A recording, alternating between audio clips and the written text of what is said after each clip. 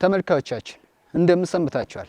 በዛሬው የቤተ ክርስቲያን ቅኝት ፕሮግራማችን እንግዲህ ከአዲስ አበባ ስቱዲያችን ወጣ ብለን በነቀምት ሀገረ ስብከት ተገኝተናል። በነቀምት እንግዲህ ሜጫ የምትገኘውን የቅድስት ማርያም አስተርእዮ ቤተ ክርስቲያንን በዛሬው ቅኝታችን ታሪኳ ምን ይመስላል፣ ነባሪ እንቅስቃሴዋስ ምንድነው የሚለውን ከአባ መምህሩና ከአባ መኮንን ቡታ ጋር የምናስቃኞች ይሆናል። አብራችሁን ቆዩ።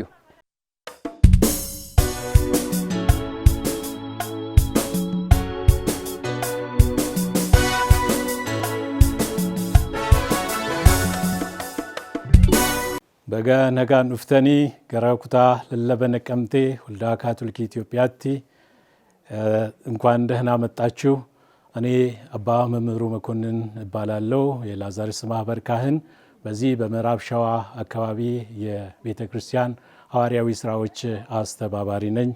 ይህቺ ቤተ ክርስቲያን በዚህኛው በምዕራባዊው የኢትዮጵያ አካባቢ ካሉት የካቶሊክ ቤተ ክርስቲያኖች ቀደምትና እናት ቤተ ክርስቲያን ናት። ከዚህ አካባቢ ነው ወደ ተለያዩ የነቀምት ሀገረ ስብከት አካባቢዎች ካቶሊክ ቤተ ክርስቲያን ልስፋፋ የቻለው። እቺ ለኛ እናትና ቀዳማዊት ቤተ ክርስቲያን ናት። ይህ የምንገኝበት አካባቢ ሜጫ ቦሮዶ ይባላል። ከአዲስ አበባ 85 ኪሎ ሜትር አካባቢ ርቀት ላይ የሚገኝ አካባቢ ነው። እዚህ ለእቺ ቤተ ክርስቲያን ለክርስቲያኖች በተለያዩ መንገድ ሐዋርያዊ ስራና ማህበራዊ ስራዎችን እየሰራች ለብዙ ዓመታት አገልግሎት ሰጥታለች። ይህ የምንገኝበት ቤተ ክርስቲያን ከተሰራ ከ50 ዓመት በላይ ነው። ከዚያ በፊት ግን ሌላ ህንፃ ነበር። እሱ ደግሞ ከዛሬ 150 ዓመት በላይ የቆየ የካቶሊክ እምነት በዚህ አካባቢ ነበር ማለት ነው። ለዚህ እግዚአብሔርን እናመሰግናለን። የአምላካችን ስም ለዘላለም የተመሰገነ ይሁን።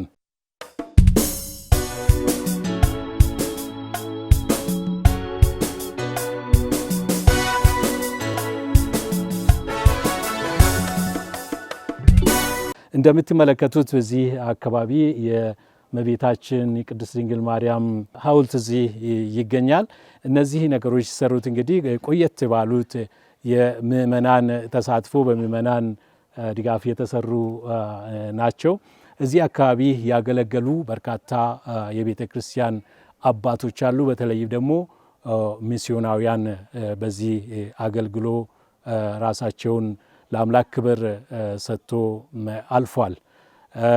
ይህቺ ቤተ ክርስቲያን ቀደምት እንደመሆኗ መጠን በርካታ ምእመናን ከዚህ ወደ ተለያዩ የኢትዮጵያ አካባቢዎች ዛሬ እምነታቸውን ቀጥሎ እየኖሩ ይገኛሉ። በተለይ ደግሞ በአዲስ አበባ ሀገረ ስብከት በተለያዩ ቁምስናዎች የዚህ አካባቢ ተወላጆች በብዛት ይገኛሉ። ይህም ምስክርነት ከዚህ በፊት ይቺ ቤተ ክርስቲያን ዓመታዊ በዓል ሲከበር በርካታ ክርስቲያኖች በተለይ ነፍሶቻቸው በሰላም በገነት ትረፍ የአባታችን የአባ ገብረ ማርያምና አባ አበራ በነበሩበት ጊዜ በርካታ ክርስቲያኖች ከአዲስ አበባ ለዓመታዊ ክብረ በዓል እዚህ ይመጣሉ። ሜጫ ቦሮዶ አስተርእዮ ማርያምን የሚቀር ሰው አልነበረም። በጣም ትልቅ በዓል ነበር። ምእመናንም እንግዳን ለመቀበል በጣም ዝግጆችና ልባቸውን የከፈቱ ያላቸውን የሚያጋሩ ናቸው። እዚህ እንግዲህ ቤተ ክርስቲያኑ ውጫዊውን አካል ካየን በኋላ ደግሞ ቤተ ክርስቲያን ውስጥ ገብተን ደግሞ በካቶሊክ ቤተ ክርስቲያን በተለይ ደግሞ በላቲን ስርዓተ ሊቱርጊያ መሰረት ቤተ ክርስቲያን ምን ትመስላለች፣ ቤተ ክርስቲያን ውስጥ ምን ምን አይነት አምልኮ ወይ ደግሞ አገልግሎቶች ይከናወናሉ ብለን ቤተ ክርስቲያን ውስጥ ያለውን ደግሞ አብረን እንመለከታለን።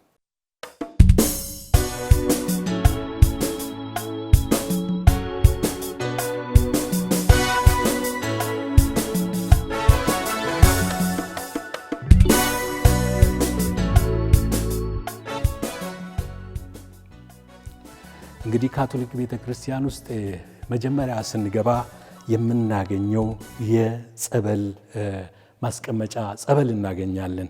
ይህም ልክ ወደ ቤተ ክርስቲያን ስንገባ በጥምቀት የእግዚአብሔር ልጆችና የቤተ ክርስቲያን ልጆች መሆናችንን የሚያሳስበንና ከዚያም አልፎ ደግሞ እኛ የሰው ልጆች ኃጢአተኞች በመሆናችን የእግዚአብሔር ምሕረት የሚያስፈልገን ሰዎች ስለሆንን ልክ እንደ ቀራጩ ኃጢአተኛ በዚህ ጸበል ራሳችንን ውሃ በተባረከ ውሃ ራሳችንን በመባረክ ጌታ ሆይ እኔን ኃጢአተኛ ልጅህን ማረኝ ብለን ወደ እግዚአብሔር ቤት የምንገባበት ነው። ውስጡን እንደምታውቁት የተለያዩ ስዕሎች ይገኛሉ። እነዚህም ክርስቲያኖችን ለእምነታቸው የሚያንጹና የሚያስተምሩ የሚያዘጋጁ ለንስሐ የሚጠሯቸው አይነት ናቸው። ከመጀመሪያው ስንመለከተው ቤተ ክርስቲያናችን በግራና በቀኝ የተከፈለች የአቀማመጥ ሁኔታ አለ። በድሮ ጊዜ ወንዶችና ሴቶች ተቀላቅሎ አይቀመጡም። ሴቶች በቀኝ በኩል ይሆናሉ፣ ወንዶች ደግሞ በግራ በኩል ይሆናሉ። እንደዚያ ፊት ለፊት ደግሞ መዘምራን ትልቅ ቦታ አላቸው። በካቶሊክ ቤተ ክርስቲያን ዝማሬ ምእመናንን የሚመሩና ምእመናንን የሚጋብዙ ስለሆኑ ወጣቶችና መዘምራን ትልቅ ቦታ አላቸው። ለዚያው ወደ ግድግዳው ስንመለከት 14 የኢየሱስ ክርስቶስ የጌታ ኢየሱስ ክርስቶስ የሕማማት ጉዞን የሚያሳዩ ምልክቶች እንመለከታለን። በተለይ በአብይ ጾም ወቅት በእነዚህ ምስሎች ጀርባ ስለ እኛ ትልቅ መከራ የተቀበለውንና በቀራንዮ ጎልጎታ የመከራ ጉዞ ያደረገውን ጌታን እያሰብን ከስዕሉ በስተጀርባ ያለውን ጌታ እያየን ጸሎት የምናደርግበት ነው። እነዚህ 14 ምዕራፎች አሉት። በተለይ ሁል ጊዜ ወደዚህ መስቀል ስንመለከት ይህ ትልቁ መስቀል በእውነት ሕይወት ያለውና በስቃይ ላይ ያለው ጌታ ኢየሱስን በምን አይነት መከራ ስቃይ ተቀብሎ ሕይወቱን ለሰው ልጆች እንደሰጠ የሚያሳየን ትልቅ መስቀል ነው ይሄኛው። ለዚያው ከመስቀሉ ስር የምንመለከተው ትልቁ መስዋዕተ ቅዳሴ የሚፈጸምበት መንበረ ታቦት ነው።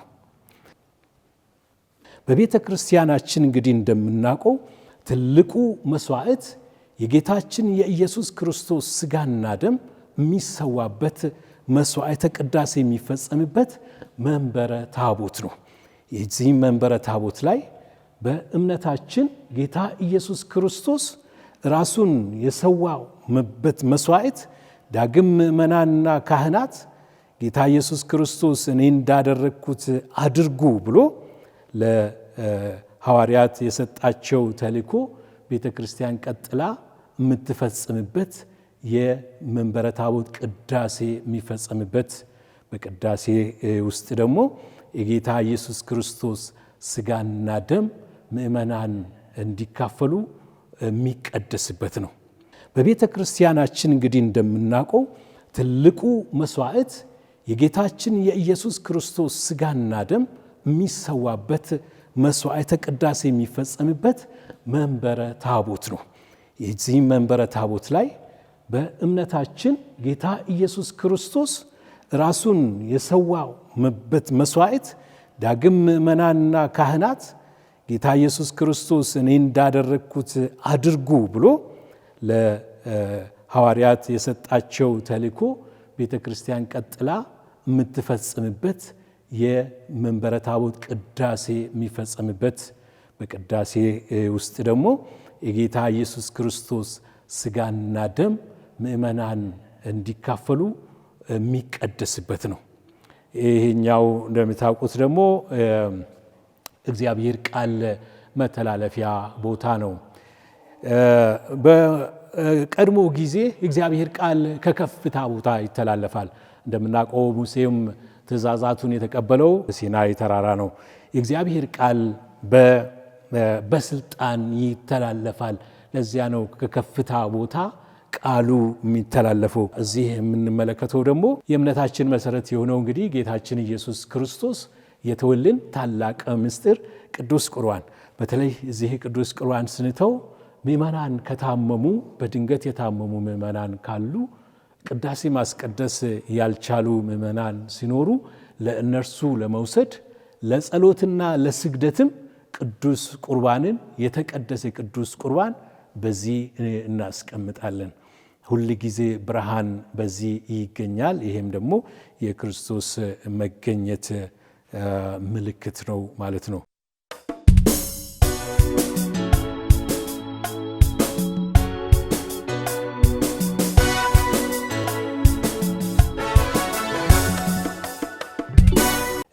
ሌላው በካቶሊክ ቤተ ክርስቲያን ውስጥ ቅዱሳን አሉ። ካቶሊክ ቤተ ክርስቲያን ሙሉ የእግዚአብሔር ቤተሰቦች ያሉበት ነው። እግዚአብሔር ልጆች የሚገኙበት ነው። እዚህ ቤተ ክርስቲያን ውስጥ እንግዲህ አንዳንድ የእመቤታችን ስዕሎች እንመለከታለን። እዚህኛው በእጅ የተሳለ በአቶ ሙላቱ ለዚህ ቤተ ክርስቲያን በተለይ ለዚህ ቤተ ክርስቲያን ብቻ አይደለም፣ በዚህ ምዕራብ ሸዋ አካባቢ ላሉት ቤተ ክርስቲያን ይህን የመሳሰሉ ስዕሎች ጎዳናው በሚባለው ድርጅት በሚመሩበት ጊዜ አሰርቶ ለዚህ ቤተ ክርስቲያን የሰጡት ነው። ሰዓሊው ዘውጌ ይባላል። ለዛ ምእመናን ለቤተ ክርስቲያን እግዚአብሔር ላደረገላቸው ነገር የሚያበረክቱት ነው። ይህም ቤተ ክርስቲያን ደግሞ ባልደረባ የዚህ ቤተ ክርስቲያን ባልደረባ ደብር ቅድስት ድንግል አሰሪው ማርያም በመሆኑ ለዚህም የማርያም ስዕሎች በግራና በቀኝ እንመለከታለን። ሁል ጊዜ የካቶሊክ ቤተ ክርስቲያን ትልቁ ማዕከል ጌታ ኢየሱስ ክርስቶስ ነው። ለዚህም ነው ይሄ መስቀል እዚህ የሚገኘው። ከዚህ ቀጥሎ ደግሞ ስርዓተ አምልኮ ወይ ደግሞ ለቅዳሴ ሲዘጋጁ ካህናት እንዲሁ በራሳቸው ልብስ መጥቶ አይቀድሱም። ካህናት ከረዳት የመንበረ ታቦት አገልጋይ ልጆች ጋር በመሆን ለቅዳሴ ይመጣሉ። በዚህ ወደዛ ገብተን ደግሞ እንመለከታለን ማለት ነው። ይህ ሳክርስቲ ነው የሚባለው በእኛ አጠራር። እዚህ ውስጥ ቅዳሴ ቀዳሽና አብሮ የሚቀድሱ ካህናት ካሉ እንዲሁም አገልጋይ ልጆች እዚህ ዝግጅት አድርጎ ወደ መቀደሻ ወደ ቤተ ክርስቲያን ይሄዳሉ። እዚህ ያ ብቻ አይደለም፣ ሌላ ዝግጅት የምንባባት የዕለት ምንባባት ዝግጅት የሚደረግበት ነው። በካቶሊክ ቤተ ክርስቲያን አንድ ሰው ዝም ብሎ ከመሬት ተነስቶ ተሰምቶት የሆነ የመጽሐፍ ቅዱስ ክፍል ከፍቶ አያነብም።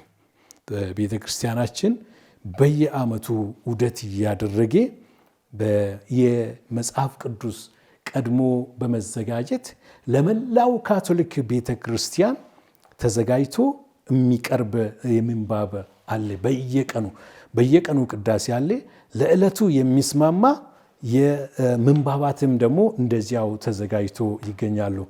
እኛ በቀን አቆጣጠር ከሌሎች 2 ሳምንት አካባቢ ወደኋላ ከመቅረት ውጪ ሌላ ሀገር አውስትራሊያ የሚነበበው ወይ ደግሞ አላስካ የሚነበበው ወይ ፊሊፒን የሚነበበውና ብራዚል የሚነበበው የእግዚአብሔር ቃል በየእሁዱ ተመሳሳይ ነው። የእግዚአብሔር ልጆች ተመሳሳይ የእግዚአብሔር ቃል በዓለም ሁሉ እንዲሰሙ ቤተ ክርስቲያን በዚህ መልክ አዘጋጅታ ታቀርባለች። ካቶሊክ ቤተ ክርስቲያን አንዲትና ሁሉን አቀፍ በሁሉ ቦታ የምትገኝ ቤተ ክርስቲያን እንደመሆኗ መጠን በዚያ የጋራ የጸሎት ሀሳብ አላት ማለት ነው። እዚህ የቅዳሴ መጽሐፍቶችም እንደዚያው እዚህ ይኖራሉ። ከዚያ ወደ መቀደሻ ቦታ ይሄዳል። የካህን መልበሻ ካህን የሚለብሳቸው ልብሶችም እዚህ ውስጥ ይገኛሉ። ሌሎች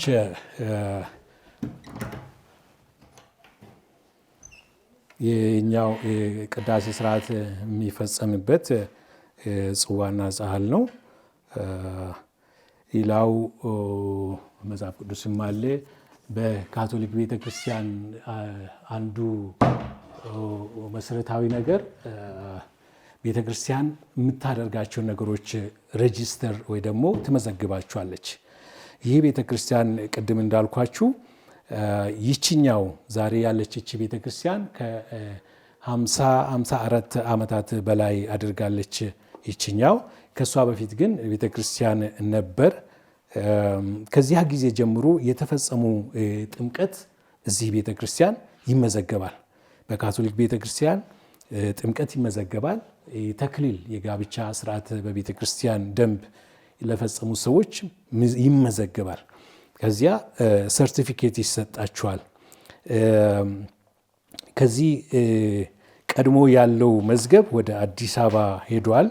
ምክንያቱም ቅድም እንዳልኳችሁ በርካታ ምእመናን ከዚህ አካባቢ ወደ አዲስ አበባ በስራ ምክንያት በኑሮ ምክንያት ወደዚያ ሄዷል። እዛ የሚኖሩ አሉ። እዛ ብቻ ሳይሆን በርካታ ምእመናን ሌላ ሀገርም ከዚች ሜጫ ወሮዶ ተወልዶ ተጠምቆ ከእግዚአብሔር ጋር ተዋውቆ እምነት ይዞ ወደ ሌላ ቦታ ይሄዱም በርካታ ክርስቲያኖች ይገኛሉ። እንግዲህ ለቤተ ክርስቲያን ምሰሶ ከሆኑት አንዱ ደግሞ እንግዲህ ወጣቶች ናቸው። ወጣቶች ደግሞ ለመዝሙር ሲዘጋጁ እዚህ ቦታ ልብስ የዝማሬ የመዝሙር የሚለበስ ልብስ አለ እንደምታውቀው። እሱን ለብሶ ከዚህ ወጥቶ ለአገልግሎት የሚወጡበት ክፍል ነው ይሄኛው። እዚህ ቤተ ክርስቲያን ውስጥ የሚፈጸሙት እነዚህ ነገሮች ናቸው።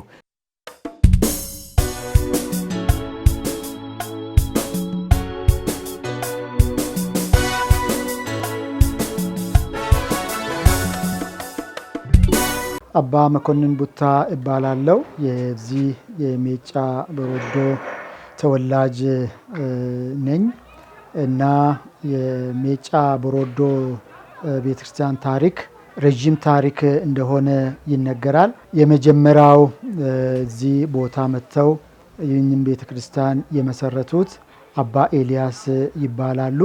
አባ ኤልያስ የእምድብር አገረ ስብከት ወይም ደግሞ የጉራጌ ተወላጅ አባት ናቸው።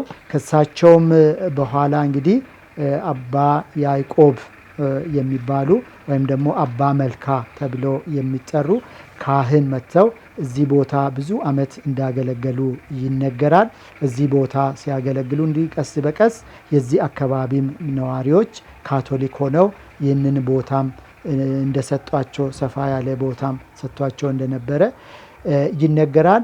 ከሳቸው በኋላ የኮንሶላታ አባቶች እዚህ ቦታ መጥተው አገልግለዋል። ምክንያቱም የኮንሶላታ አባቶች ወደ በነቀምት ሀገረ ስብከት እንግዲህ ያኔ በምዕራቡ በኩል በብዙ ቦታ ይሰሩ ነበረ። እስከ ደምቢዶሎ ከዛም ደግሞ እስከ ቦንጋ ድረስ ሄዶ ይሰሩ ነበረ።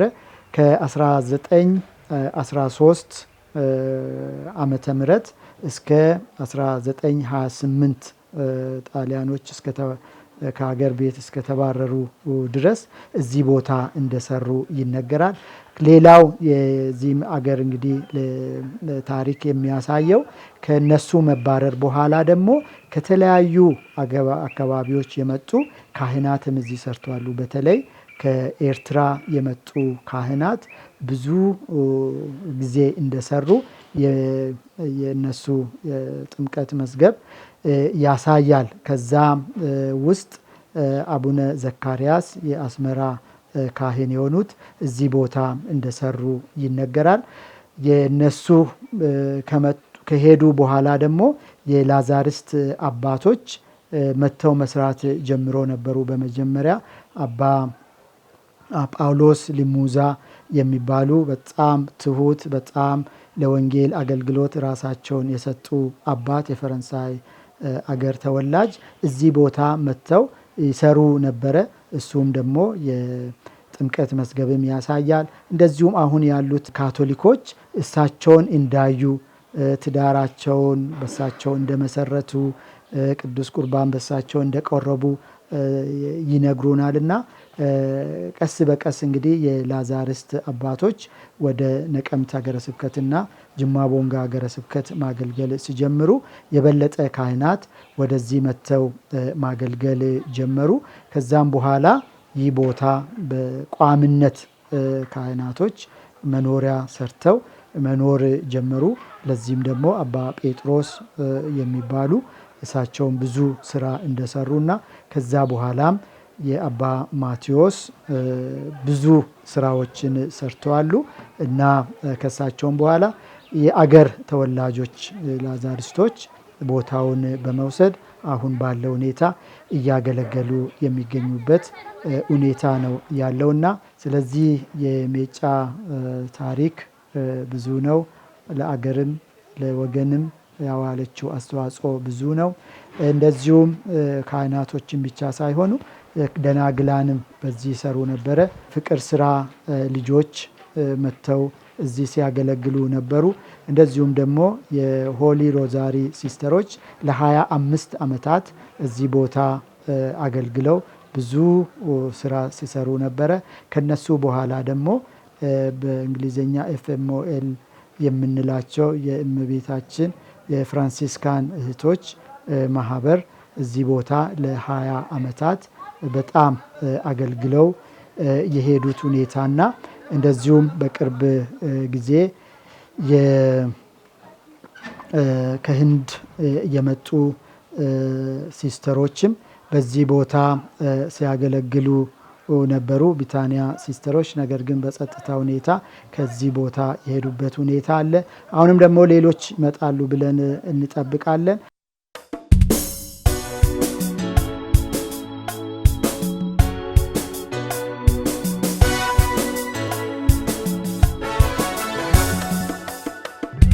ካቶሊካዊት ቤተ ክርስቲያን እዚህ ከምታከናውነው ሐዋርያዊ ስራ ባሻገር የተለያዩ ማህበራዊ ኃላፊነቶችን ይዛ ስታከናውን ቆይታለች።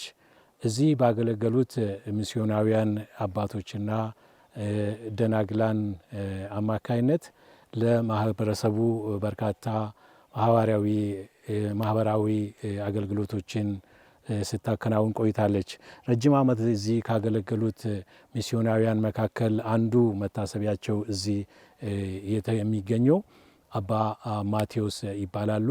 በእሳቸው ጊዜ ሰፋ ያለ ማህበራዊ አገልግሎት፣ ትምህርት ቤት እንዲሁም ደግሞ እዚህ ክሊኒክ ተቋቁሞ ለአካባቢ ሕዝብ ትልቅ አገልግሎት እያከናወነ ሲሰጥ ቆይቷል። እዚህ አካባቢ የነበሩት ምእመናን ብዙ ከባድ ጊዜ አሳልፏል። እዚህ አካባቢ በተለይ አንድ አገልጋይ ከዚህ አካባቢ በመወሰዷ ቤተ ክርስቲያን ለተወሰኑ ጊዜ ያለ አገልጋዮች ቀርታ ነበር። በዚህ ጊዜ ምእመናን በራሳቸው ለቤተ ክርስቲያን ጥበቃ በማድረግ ራሳቸው ብዙ መስዋዕትነት እየከፈሉ ይህችን ቤተ ክርስቲያን ጠብቁና በጸሎት እየተጉ ይህንን ጊዜ አሳልፏል። እነዚህ ምእመናን ማበረታታት ያስፈልጋቸዋል። ለከፈሉት መስዋዕትነትም ደግሞ ማመስገን ማድነቅ በእውነቱ ተገቢ ነው። በዚሁ አጋጣሚ አሁን ሁኔታዎች በሜጫ ቦሮዶ በጣም ተሻሽሏል። ይህንን መልእክት የሚሰሙ ምእመናን ካሉ ሜጫ አስተርዮ ማርያም እንደ ድሮ በሯ ክፍት ነው፣ አካባቢ በጣም ሰላም ነውና ጥር 21 ዓመታዊ ክብረ በዓል ይከበራል። ለዚህ ከኛ ጋር ተገኝታችሁ እግዚአብሔርን እንድታመሰግኑልን እንድትባረኩ በዚሁ አጋጣሚ ጥሪዬን ለማስተላለፍ እሞክራለሁ።